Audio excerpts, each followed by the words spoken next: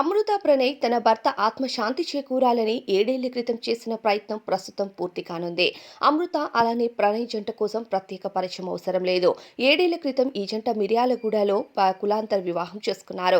అమృత తండ్రికి ప్రణయ్ నచ్చకపోవడంతో ఇక ప్రణయ్ను పతనం చేయాలి అని కొంతమంది ముఠాలను అరేంజ్ చేశారు.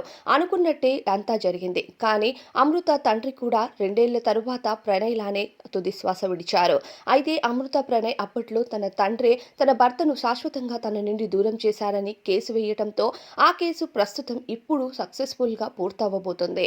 అయితే ఇప్పుడు కులాంతర వివాహం చేసుకున్నా సరే అమృతకు అటు భర్త ఇటు తండ్రి ఇద్దరూ దూరమయ్యారు. అయితే ఇప్పుడు తల్లితో కలిసి అలానే అత్తమామలతో కలిసి చాలా హ్యాపీ లైఫ్ని లీడ్ చేస్తుంది. తన కొడుకును పెంచుకుంటూ ప్రస్తుతం ఒంటరి జీవితాన్ని వెల్లదిస్తుంది అమృత ప్రణయ్.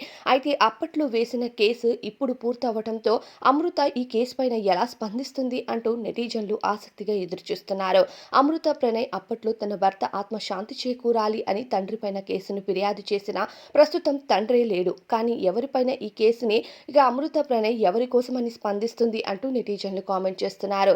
ఎంతైనా సరే ప్రేమించిన తండ్రి, ప్రేమించిన వ్యక్తి ఇద్దరూ కోల్పోయారని చెప్పాలి అమృత జీవితంలో. మరి అమృత ప్రణయ్ ఈ విషయంపై ఎలా స్పందిస్తుంది అని మీరు అనుకుంటున్నారో మీ అభిప్రాయాన్ని కామెంట్స్లో తెలియజేయండి.